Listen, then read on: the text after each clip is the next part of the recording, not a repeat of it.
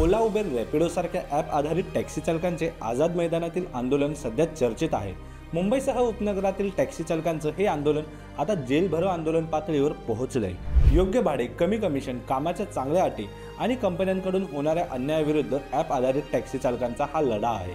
या व्हिडिओत आपण सर्व काही सविस्तर समजून घेणार आहोत। मागील काही वर्षापासून सुरू असलेला संघर्ष, आंदोलनाची कारणे, चालकांचे आरोप, सरकारकडून प्रतिसाद आणि काय काय बदल होऊ शकतात हे सर्व जाणून घेऊयात। जो हमारे को रेट जो मिल रहा है वो रेट बहुत नगण्य है, यानी वो रेट रिक्शा से भी बहुत कम है। तो इसकी वजह से हमने पूरे ऑल मुंबई में ओला और उबेर गाड़ी बंद करने का फैसला किया हुआ है। नमस्कार, मी सुमित। परिवहन मंत्री प्रताप सरनाईक यांच्या विरोधात आंदोलन का? ओला, उबेर चालकांच्या आंदोलनाला राजकीय रंगही चढला आहे। याच पार्श्वभूमीवर परिवहन मंत्री प्रताप सरनाईक यांच्या धोरणाविरोधात ओला, उबेरवाले चालक उभे टाकले आहेत। आंदोलनकर्त्यांनी प्रताप सरनाईक यांच्याकडे भेटीसाठी वेळ मागितला, पण वेळ न मिळाल्याने चालक अधिक आक्रमक झाले। त्यामुळे त्यांनी आझाद मैदानात प्रत्यक्ष घोषणाबाजी करत जेलभरो आंदोलन सुरू केलं। चालक संघटनांचा आरोप, सरनाईक यांनी फक्त घोषणा केल्या। सेंट्रल गवर्नमेंट ने जीआर पास कर दिया है, तो राज्य वाले क्यों नहीं करके दे रहे? ओला, उबर जो भी कंपनियां हैं सबके पास जाना चाहिए। ओला, उबेर, रॅपिडोंना एकाच नियमात आणू म्हटलं। बेकायदा बाईक टॅक्सी बंद करू, सरकारी छावा ॲप आणू, पण प्रत्यक्षात या घोषणांवर कृती नाही। त्यामुळे आंदोलनकर्त्यांचा दावा ही फक्त घोषणाबाजी, प्रत्यक्ष उपाय नाही।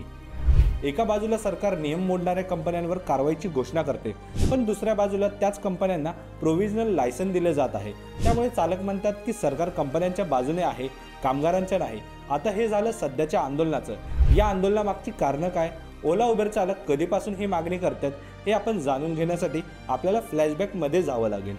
मुंबईसारख्या महानगरात प्रवासी वाहतुकीसाठी ओला, उबेर आणि रॅपिडो सारख्या ॲप आधारित कंपन्यांनी गेल्या दशकभरात मोठं जाळं उभारलंय। लाखो चालक या प्लॅटफॉर्मवर काम करत असून रोज लाखो प्रवासी या सेवांचा वापर करतात। सुरुवातीला या कंपन्यांनी स्वस्त भाडं, सोयीची बुकिंग सुविधा आणि आकर्षक सवलती यामुळे प्रवाशांना खेचून घेतलं, परंतु जसजसा व्यवसाय वाढत गेला तसतसं चालकांच्या समस्या गंभीर होऊ लागल्या। कंपन्या प्रवाशांकडून एक दर आकारतात, पण त्यातून मोठा कमिशनचा हिस्सा स्वतःकडे ठेवतात। परिणामी चालकांना प्रत्यक्षात फारच कमी उत्पन्न मिळतं। याशिवाय बोनस आणि इन्सेंटिव्ह स्कीम्स वेळोवेळी बदलल्या जातात। सुरुवातीला जास्त आकर्षक वाटणाऱ्या या योजना नंतर कमी केल्या गेल्या, ज्यामुळे चालकांची आर्थिक अडचण वाढली। सर्वात महत्त्वाचं म्हणजे चालकांना कायमस्वरूपी नोकरीचा दर्जा नसल्यामुळे त्यांना कामगार कायद्यातील सुविधा जसे की PF, विमा, वैद्यकीय मदत किंवा पेन्शन यापैकी काहीच मिळत नाही। दिवसाला 12 ते 14 तास रस्त्यावर घालवूनही पेट्रोल डिझेलचे वाढते दर, गाडीचे हफ्ते, मेंटेनन्स खर्च आणि कंपन्यांच्या कमिशनमुळे हातात अगदी मर्यादित पैसा उरतो। यामुळे गेल्या काही वर्षापासून महाराष्ट्रात विविध संघटना पुढे आल्या आहेत। महाराष्ट्रातील गीग कामगार मंच, महाराष्ट्र कामगार सभा, चालक संघटना यांनी वेळोवेळी आंदोलन केलं, निदर्शने केली आणि सरकारकडे तसेच ॲप कंपन्यांकडे योग्य दर ठरवण्याची मागणी केली। 2018 पासूनच या मागण्या अधूनमधून पुढे आल्या, परंतु कोरोनानंतर परिस्थिती अधिक बिकट झाली। लॉकडाऊनच्या काळात चालकांना कोणतीही आर्थिक मदत न मिळाल्याने त्यांची हानी झाली आणि त्यानंतर इंधन दरवाढ आणि कमी होत गेलेले उत्पन्न या दुहेरी संकटाने आंदोलनाची ठिणगी पुन्हा पेटली।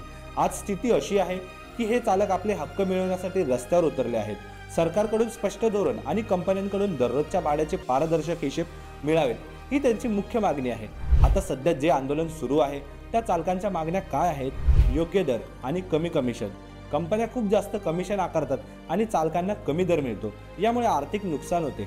त्यामुळे शासनाने निश्चित केलेले भाडेदर लागू करावेत आणि कमिशन कमी करावे अशी मुख्य मागणी आहे।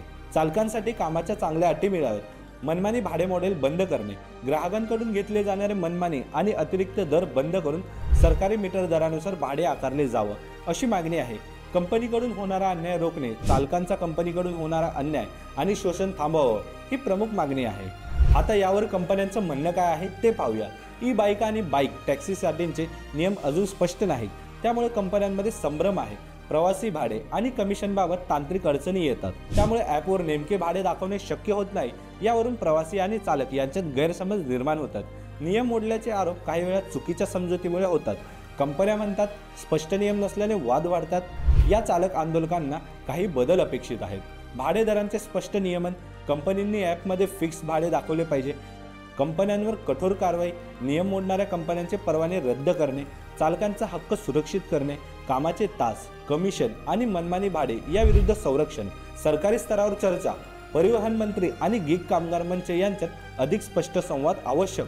तर ओला, उबेर, रॅपिडो चालकांचे जेलभरो आंदोलन केवळ भाडे किंवा परवाने यावर नाही, ही लांब चालणारी लढाई आहे.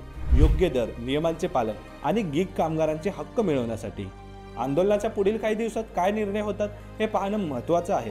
तुम्हाला हा व्हिडिओ माहितीपूर्ण वाटला तर लाईक, कमेंट आणि आमच्या यूट्यूब चॅनलला सबस्क्राईब करा.